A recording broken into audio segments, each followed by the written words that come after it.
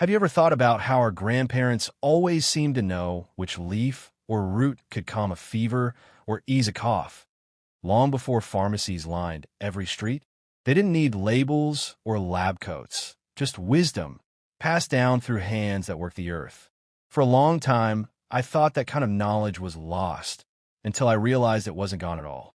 It's been waiting for us, quietly, right here in the soil, in the scent of basil on a warm morning, in the gentle rustle of mint leaves when you brush past them. Welcome to Serene Sprout, where we grow more than just plants. We grow peace, healing, and a deeper connection to nature. I'm really glad you're here. Whether you're tending a few pots on your balcony or nurturing a full garden out back, tell me where you're watching from. I'd love to imagine your little patch of green. And if you believe that nature still holds the best remedies, the kind that heal both the body and the mind, then please subscribe and grow with us. This channel is just beginning, but I have a feeling what we're planting together will turn into something truly special. Today, we're diving into one of my favorite topics: how to turn your garden into a natural pharmacy. These aren't just pretty plants. They're powerful, time-tested healers you can grow right at home, even if you're a beginner. So grab a cup of tea, settle in, and let's uncover 5 medicinal plants and herbs that every home garden deserves. Medicinal plant number 1, holy basil, Tulsi, the sacred healer. Let's start with one of the most extraordinary plants you can ever grow, holy basil, also called Tulsi. Now, Tulsi isn't just another garden herb. In many parts of the world, it's considered sacred, a living symbol of health, protection, and peace. My grandmother used to keep a small Tulsi plant right by her window, and every morning, before she even made her tea, she'd whisper a quiet prayer to it. I didn't understand why as a child, but I do now. She wasn't just tending to a plant. She was tending to wellness. Tulsi has been used for centuries in Ayurvedic medicine to strengthen immunity, reduce stress, and clear the air of toxins. Even its scent has this calm, earthy energy that feels like it resets your mood after a long day. The best part? It's incredibly easy to grow. Tulsi thrives in warm sunlight and well-drained soil. You can grow it in a simple clay pot on your balcony or in the garden bed beside your kitchen herbs. Water it lightly, give it plenty of light, and it'll reward you with a rich, fragrant harvest. You can use the leaves fresh or dried, brew them in a tea to help with anxiety, colds, or even just to wind down in the evening. It's one of those plants that quietly reminds you that healing doesn't always come in bottles. Sometimes it grows right outside your door. Medicinal plant number 2, calendula, the sunshine healer. Now, if Tulsi brings calm and spirit to your garden, calendula brings light. It's often called the sunshine healer, and once you see it bloom, you'll understand why. Its bright orange and golden petals look like drops of sunlight that somehow decided to grow roots. But don't be fooled by its beauty. Calendula is more than just a pretty face. For centuries, it's been used to soothe cuts, burns, rashes, and skin irritations. In fact, many of those fancy herbal creams you see at the store, calendula is their quiet secret ingredient. You can use its petals to make homemade healing salves, gentle teas, or infused oils that nurture both the skin and the soul. There's something truly special about healing yourself with something you've grown with your own hands. Calendula is also delightfully low maintenance. It loves sunshine and well-drained soil, and it blooms for months if you keep harvesting the flowers. The more love you give it, the more it gives back in color, calm, and care. And here's a little moment from my own garden. The first time I planted calendula, I didn't expect much.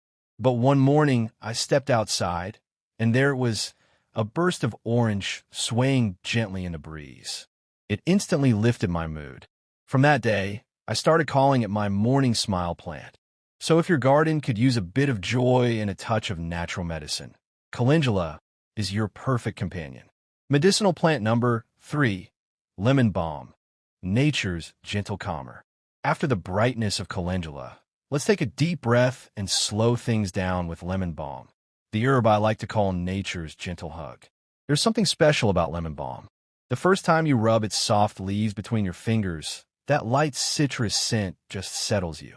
It's refreshing, but in a quiet, soothing way, like a soft exhale after a long, busy day. Lemon balm has been used for hundreds of years to ease anxiety, help with sleep, and calm digestion.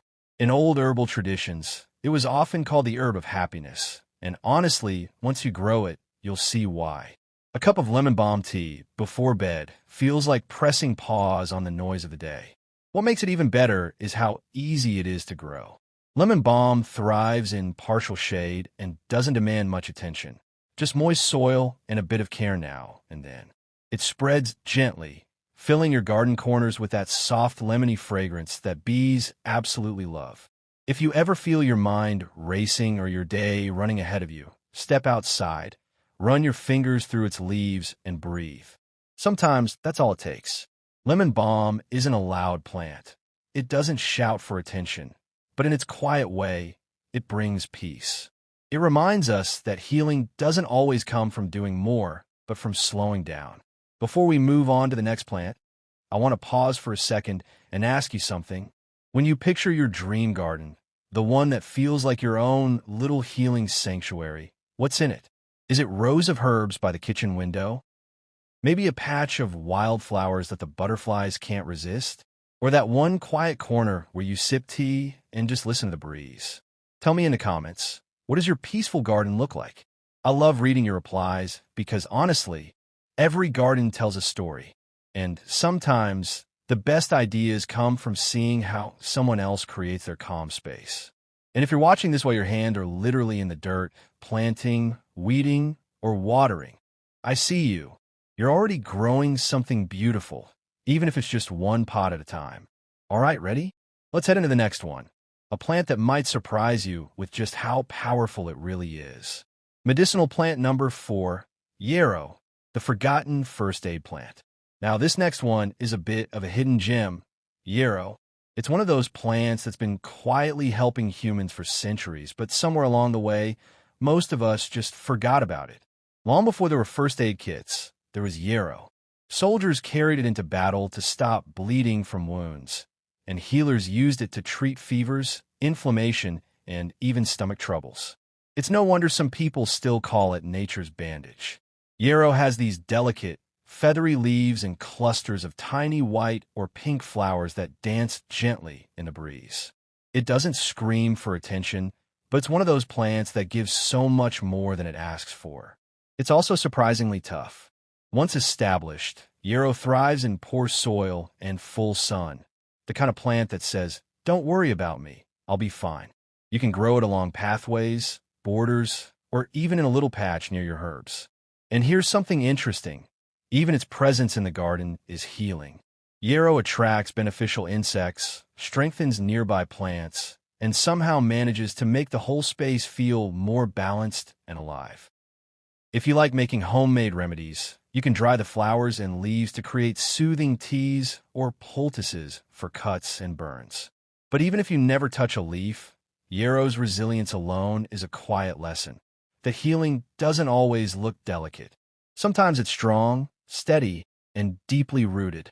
Medicinal plant number 5, echinacea, the immunity powerhouse.